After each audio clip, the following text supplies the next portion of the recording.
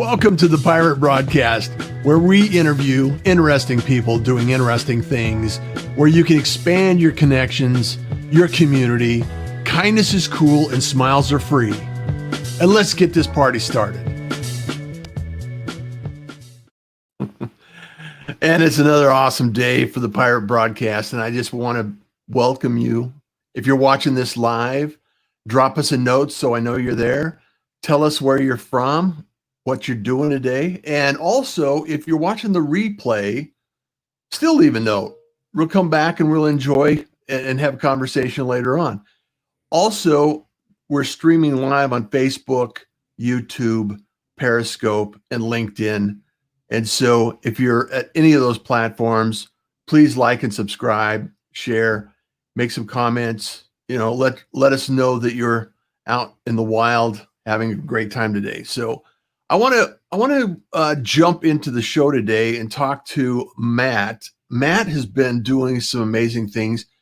He has a little, I think he wrote a book, Matt. So welcome to the show, Matt. Thank you, Russ. It's great to be a pirate now. I know. Thank you so much. Good morning. Good morning. So for those that don't know you, give us a snapshot of who Matt is and how the heck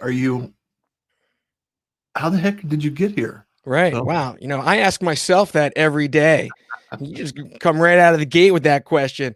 Well, working backwards, I am really happy to be here and talking about the book I just published called Z-isms, Insights to Live By, personal development book built on years of various experiences, good and otherwise.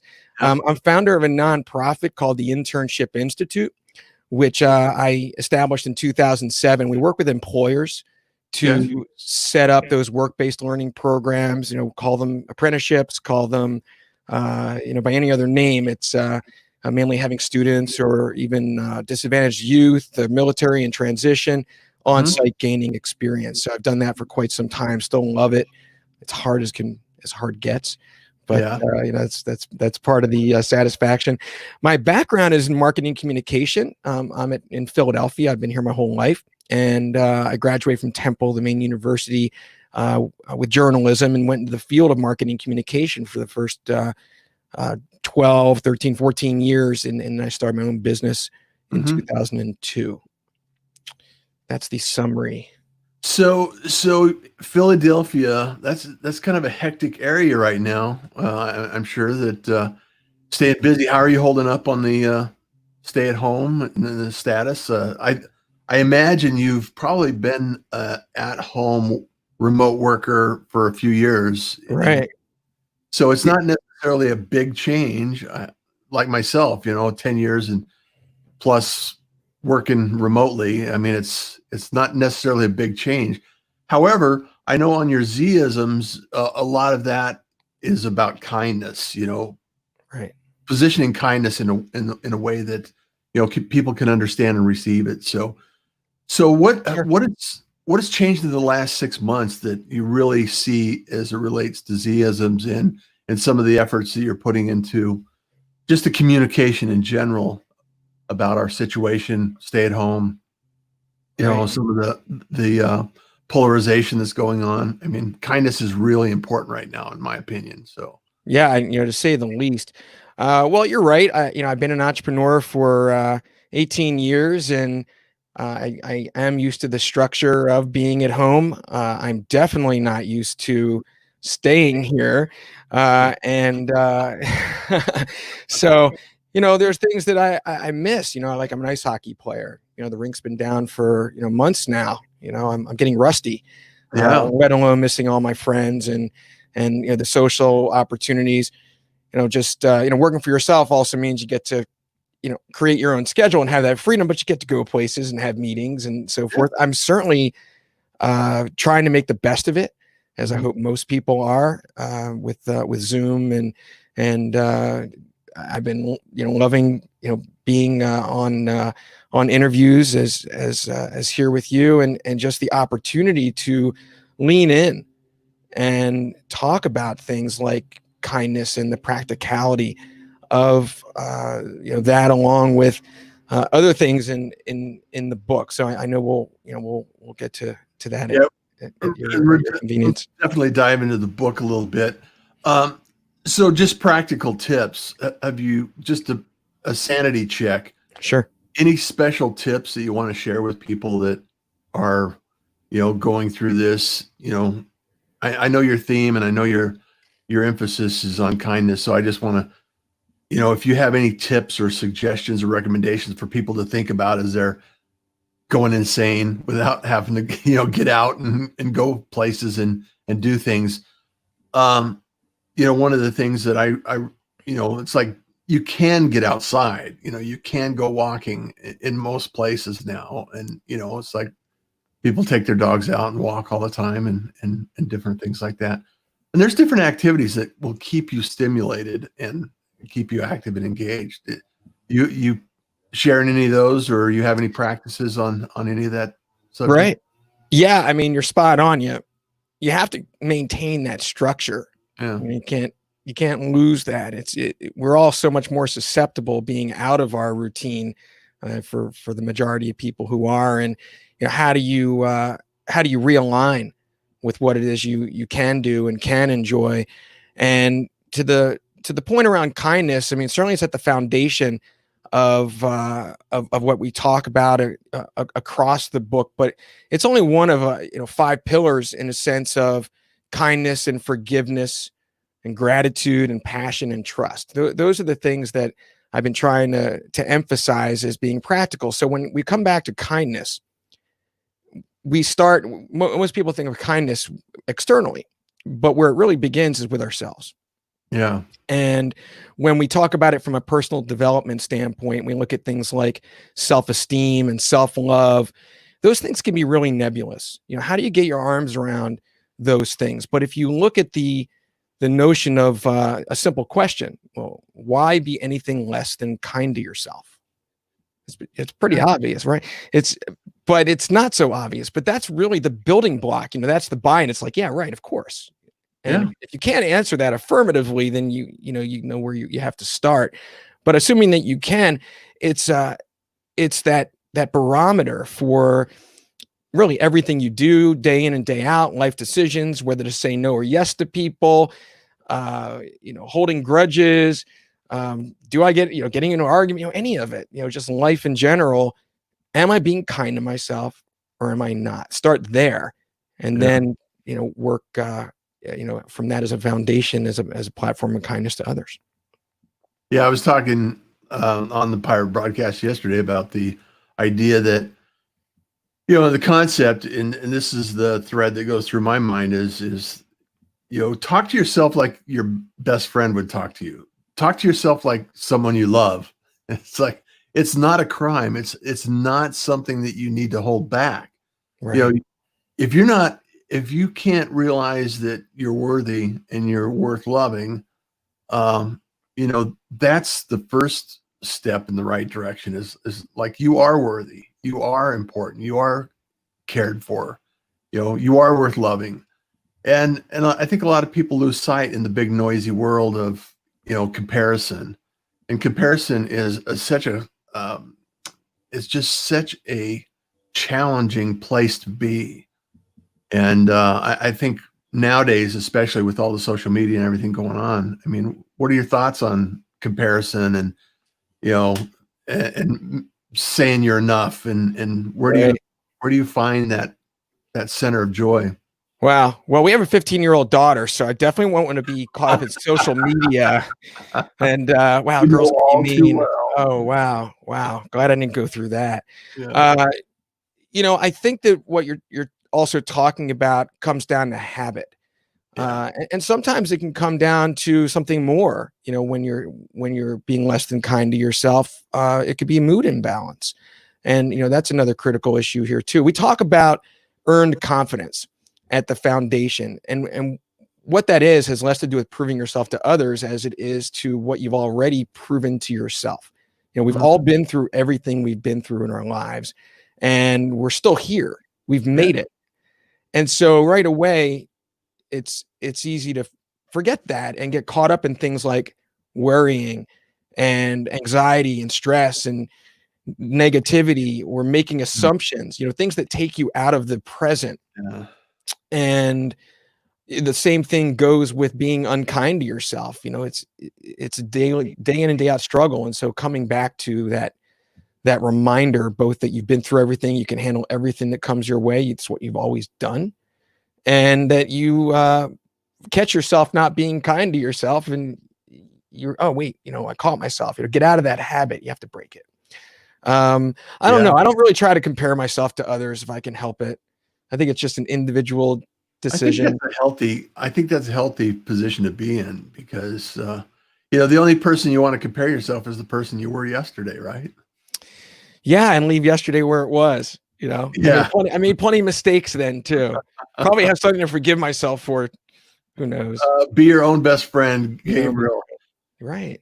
Guys, the thing that I really enjoy, Matt, and the pillars, let's go back to the pillars a little bit. Some of the foundations that you're working on are habits. They are things that we need to practice on a regular basis, because we get out of the habit of doing something, then it becomes a task. And if it's a habit, it's just part of life. It's like muscle memory. You're just doing it every day. So it's really something that we need to focus in on. You have any practical steps on how people can use these pillars to incorporate in their life, and how that all folds together? Right. Absolutely. We had a little chat about this pre-show, and I didn't tell you what these were. And the reality is these pillars are not described that way in the book. The book is not framed around this. This is really the first time I'm talking about it in this way. As in having so many conversations about it, and what it breaks down to around practicality. So we covered kindness, and then when we get to forgiveness, certainly we just acknowledge that, where it comes to, it's not kind to hold on to regrets, within yourself. But like a buddy of mine, a college friend, I think it's a very common thing in marriage and in relationships to keep a scorecard. And, I'm second time around in my marriage, and I could tell you through experience that a scorecard is a relationship killer. Yeah. And the notion of forgiveness, and we talk about kindness working both ways. Somebody holds a grudge, like my friend whose wife, for whatever reason, is having a hard time letting go of things that she's still mad at him about for years back. What is she doing to herself by not forgiving him? And people just start there and be like, oh, right. I mean, I'm not doing myself any favors being mad. Oh, maybe I should just move on. That's my advantage. And then you can let go of it. And then, why are people married? To torture each other, to have less enriching lives, So I think forgiveness is certainly there. And then I'm just going to skim over these in this way. We can come back to anything with respect to time and your interest. But gratitude, right? I think a lot of people, gratitude is, we're looking at quantum physics now, law of attraction, staying in the present. That's what I wake up with gratitude every day. Exactly. Life is a gift, the practical side of folding gratitude into your day. And when your feet hit the floor while you're brushing your teeth, we talk about 11:11 and synchronicity and things that triggers that you can set up in your life to just take a minute and be like, everything's okay. I might be stressed about this or that, but when you step back and look at it, certainly passion, the fourth one around, everything, both ways in your relationships, but what you're passionate about, defining your why. How do you go after that once it's defined and achieve it through self-belief and trust, which is, all these things really play. And so, not only within ourselves, but in our relationships with others and our pursuits in life, trusting your gut, trusting yourself, trusting others. Those are the things that I've kind of synthesized for me that I think are very practical. I want to ask you a question, because I think it's, when it comes to trust, there's the logical, and then there's it's almost the energetic or the intuition, if you will. Right. And you're a hockey player, it's like, what's the adage in hockey? You don't shoot the puck. You miss 100% of the chance, or 100% of the shots you never take. That's Wayne Gretzky. Yeah, Wayne Gretzky. And he also said, I go where the puck is. Right. How is it positioned? Right. He why he was so good when he was asked, he's 5'9", tore up the league, and stood the test of time. He always knew where the puck was going to be. He was there before it got there. He anticipated it. I go where the puck is going. Right. I usually say, I can't do with what I don't have. So if you could just pass me the puck, I might be able to do something with it. So, but my point is, as it relates to trust, is that sometimes the logic of the situation isn't in alignment with what your gut is telling you. Right. And there are times where you have to trust your gut, or that internal mechanism that your heart, and go and talk back quantum physics. There's things that there's kind of big conversation around this. And it's just that sometimes you have this intuition saying, no, I need to do this. I need to go this direction instead of that direction. And has there been times in your life where that's worked out for you and that's been the case, or is it not the case? No, that's happening for me right now in real time. As I said, it's been a year. And I know that there's something behind that, right? Well, right. Yeah. I look at, in all the years I've been working with the Internship Institute, and I still have unfinished business. I know myself well that I can't do two things well at the same time. So I'm not taking on any grants right now, and I'm still doing some spot work here and there, but I'm very focused on this endeavor with the book. And, I don't have a coaching business. I didn't write it, with respect. I didn't write it as a business card. I want to put this in people's hands and positively impact as many people as possible. I recently just clarified that more objectively to say 100 million people at least by 2025. So now I've really set the bar and, letting things unfold. So on one hand, to your question, I have to say, it comes with experiencing when you're swimming against the current, that feeling that you have, you're banging your head against the wall, you're pushing the boulder up the hill. I've experienced that more recently with the nonprofit, like stronger than ever, and not having really anything to do with COVID. And then the opposite is true with as things are unfolding. And I really didn't have any major plan outside of getting the book out, what would happen next. And so through, long story short, a number of conversations, you and I were talking a bit about this. I'm launching a podcast in a few weeks called Insights to Live By, and it's going to talk about other people and those guiding principles that they've learned in life, and what's that advice that you typically find yourself giving others, and bringing yourself back to center about, and why. And so we're going to have I'm putting that into place. And all of these touch points will end up being the foundation for reaching 100 million people in the next 5 years, right? Right. Yeah. I mean, like I said, I'm going with the flow in this case in terms of letting things unfold. I had a major coincidence we don't really have time to get into for purposes of the show, that led me into the decision to do the podcast.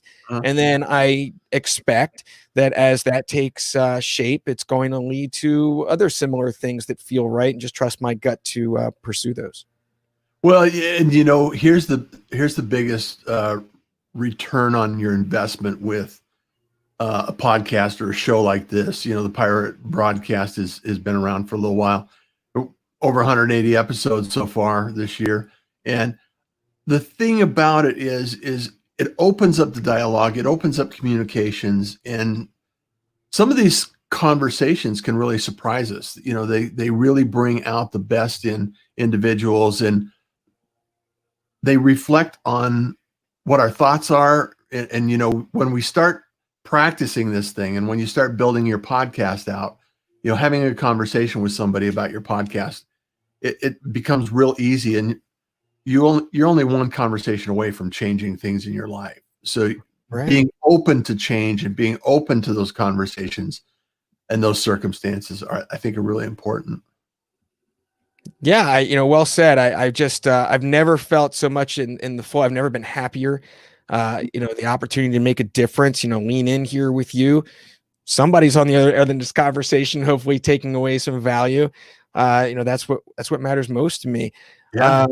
And I like what you said in terms of, the trust and, and the practicality of it also every day in our interactions, there's actually a cautionary part of what's in the book I'd like to just acknowledge for a moment. I think people can relate, which is a chapter called Be Aware of Spiders. And it's a metaphor essentially saying that there are two kinds of people in the world, that there are spiders and there are those who get caught in webs. And the focus on it is the fact that you can divide it into a this or a that, because a spider is a manipulator. And that's a conscious decision that someone makes. And that this is obviously coming back to the area of trust. Uh-huh. And it's not to say that even if someone has the capacity to do that, it makes them a bad person. It's just that they're willing to go there. That might only be a highly charged political office environment or something that they have to do to defend themselves. But it's important to know who those people are if you can. It's important to trust your gut. If the rest of us are kind of, I want to believe in the best of people. I trust everybody until they break my trust, benefit of the doubt. And then if they start doubting somebody else, they start to feel guilty. And it's okay to question and still trust. It also comes back to that kindness, because if you're somebody who, for example, has a hard time saying no, I really need to say no more often. I think a lot of people say that to themselves. Yeah, right. Well, maybe you do. Right? Is it kind to yourself to say yes? Because then you take a double hit on your self-esteem. It's like, well, now I have to do the thing I really wanted to say no to. Now I have to say no and feel guilty about it. Right, and feel guilty. But you also got taken advantage of to a degree. The person who asked you, maybe, not always, might have sensed that you're prone to say yes to something that they know you should have said no to. So it's kind of like a bullying situation, that when you stand up for yourself and say no and kind of deflect and be like, I've got some things going on right now. Maybe consider doing this instead, or I can get back to you about this, and just you can feel good about making that escape. Now you're proud of yourself, and now that person respects you more. So I wanted to kind of put that trust factor into practical play. Yeah, I love that, and building that confidence, I think, is really important for individuals that do suffer from the I want to be liked, I want to please you, I want to do what I can. It's almost the person that gets caught in the web, right? Right. It's the individual that gets caught in the web. However, I think there are ways that we can actually, through, you writing books and publishing content and a podcast and things like that, we need to build this awareness, because we all get caught in the trap there. And I don't believe there are any absolutes. I think there are degrees of understanding, and I think these conversations are important. And I want to make sure that people understand that, if you listen, if you have empathy and you understanding, and you're willing to appreciate someone else's perspective, it goes a long ways. And I think if we pull the thread long enough, we always have a common connection, and I truly believe that. And when people are connected, I think there's less opposition to their opinions and their perspectives in life. And so it's like, ultimately, we're all on the same planet here, flying through space, and, we're all breathing the same air and doing the same thing. So anything that we can do together, those 100 million people that you want to impact, right, if we can impact them in a positive way to work together for a common solution to where we all have a little bit of equity in our lives and understanding and appreciation, I think that really goes a long way. Yeah, that's one of the the most fundamental aspects of wisdom. I think that one can put out there, just to rise above all the things that are happening in life and our differences, to recognize that we have a lot more in common than we have uncommon. And you're right about blanket statements, for sure. That's just a lot of maturity and life experience you described there. And I think that, there is kind of a third, I've learned, although the metaphor plays out, that there really is a third type of person. And that's the non-spider who has figured out how not to get caught in webs. Yeah.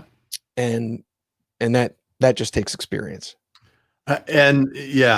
Trusting your gut. Trusting your gut goes back full circle. So talk, I want to make sure that we touch on your book and some of the ways that people can connect with you and get in touch. I also want to recognize that there's a lot of people in the room that Michelle Spider's good analogy. Kathy is here. Well said. Wisdom means we tap into our internal red flags and pay attention to what that means. I love that. So I appreciate that.